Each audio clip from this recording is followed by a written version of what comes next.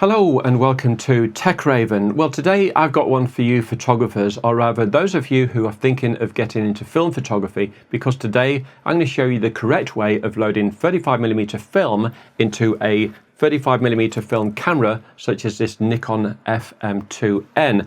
Now, it doesn't matter what the camera is. Most of these classic cameras from the 80s, 90s, even into 2000, or even earlier from the 70s and 60s, they all work in the same way, be it a Nikon FM2, an FA, an F3, or if you're a Canon user, maybe a AE1 program, an A1 or a professional F1. Pentax have got their Super A and Program A from back in the day, or there's the Olympus OM10, Minolta X700, loads of cameras like that. They all work in the same way when it comes to loading film, as long as it doesn't have a built-in motor winder. And even then, it's basically the same thing.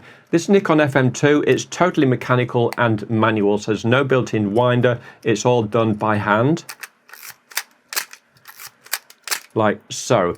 Now, there's two ways of loading film into cameras like this. There's the way the instruction manual will show you, which although technically is correct, it does come with a couple of caveats because you can potentially damage the delicate shutter curtain. Now, these cameras, they've got this shutter curtain here, which is very delicate. They're made out of either aluminium or titanium thin material. It's very lightweight, or a rubber-coated silk or polyester or cotton. So it's very delicate. So it's important to keep your fingers away from that when you're loading film into cameras like this.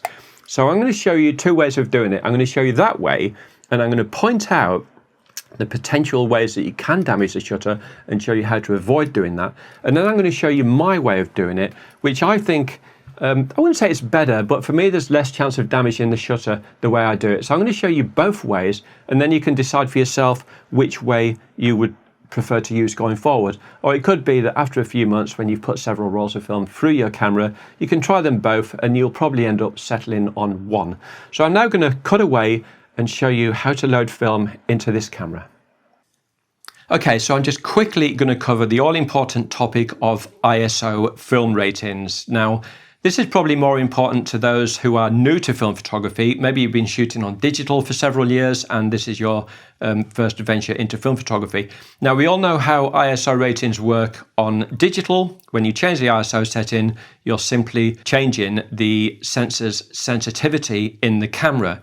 Now, film cameras like this Nikon FM2N work in a similar way, only slightly different. So let me just cover that now, because it is important. Now here I've got a roll of Kodak Color Plus 200 ISO film. You can see it says 200 on there, and it also says 200 on the film cassette here.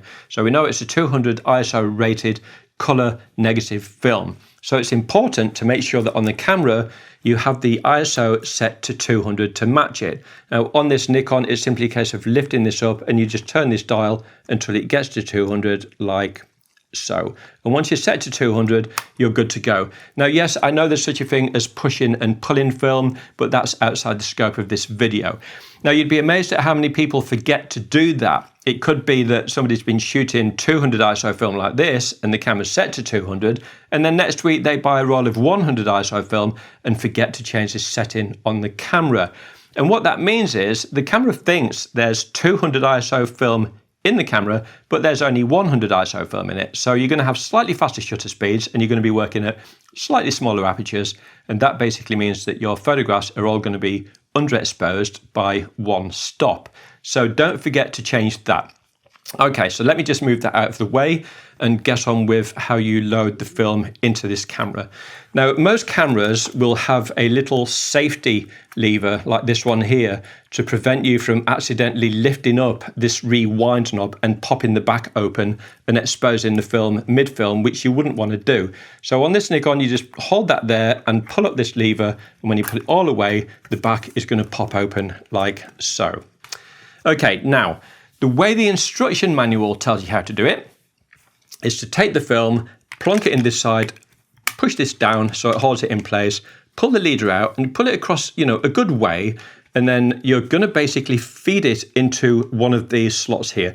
And again, be careful not to get this film leader anywhere near this shutter. Now, you've got these little wheels, this sort of little thumb wheel here. You can turn it until you can see one of the slots, and then you simply push the film leader into that slot, give it a good push to make sure it goes in quite well, and then use this film wheel to wind the film down this way. Some people will wind it that way by mistake because they think the film goes over the top, but it doesn't. It has to go down here.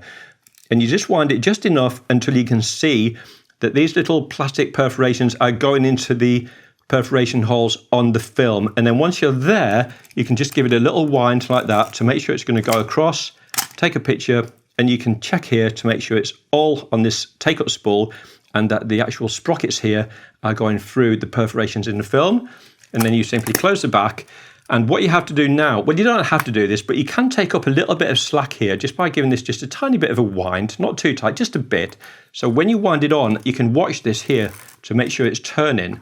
And then you take a shot, and in a little window here, you keep winding on until it gets to shot number 1. So I'm going to wind it again, take another shot, and it's not quite a 1 yet. And now in the window here, you can see it's at 1 and we're ready to go.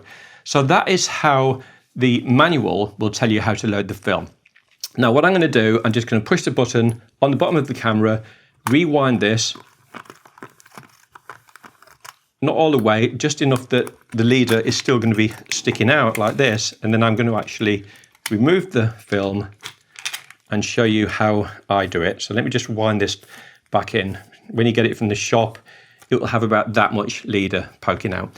Okay, so the way I like to do it, I like to basically wind this here until I can see a slot, and I'll hold the film in my hand and I will literally just push it down into this slot like that, quite far, hold it there with my finger and just pull the film across and drop it into place like that, and then push this down to make sure it's all in place. And then again, using this wheel, I'll just wind it down, make sure that the sprocket's engaged there, wind this over like so, double check that the sprockets are aligned through the perforations of the film, close the back, again, just making sure there's no slack there, take a shot, wind it on, watching that to make sure that the film is coming off of there and going across to the take-up spool, take another shot. And the reason you have to take these shots to get this to go to number 1, like that, is just to make sure that any film that was exposed to light during the loading process is actually being wound over and out of the way onto the take-up spool, and new film is coming out of this side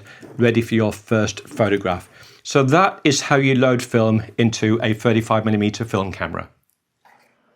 Okay, so that brings us nicely to the end of the video. I hope you enjoyed it. If you did, maybe I'll see you in the next one. Until then, bye for now.